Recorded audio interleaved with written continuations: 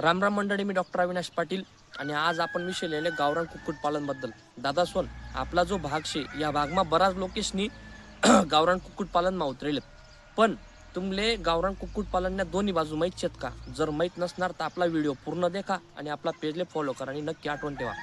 दादा सोन कुक्कुटपालनमा उतरताना दोन्ही गोष्टी देखा पाहिजेत. एक नुकसान काय शे आणि एक चांगल्या गोष्टी कोणत्या शेत. सर्वात मोठं आपलं लोकेशन आठ चुकाई राहिलं त्या जैरानात कॉकरेल आणि बॉयलर सारखा मोठा मोठा फार्म टाकाले.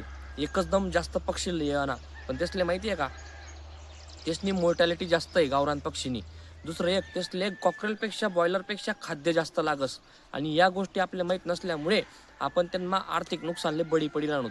आणि ज्या तुम्हाला ऑफलाईन ट्रेनिंग किंवा ऑनलाईन ट्रेनिंग राहणार येस नामा तुमले हाऊस सल्ला कोणीच दिला नाही, त्या फक्त बच्चा विका मागे लटकेल छत.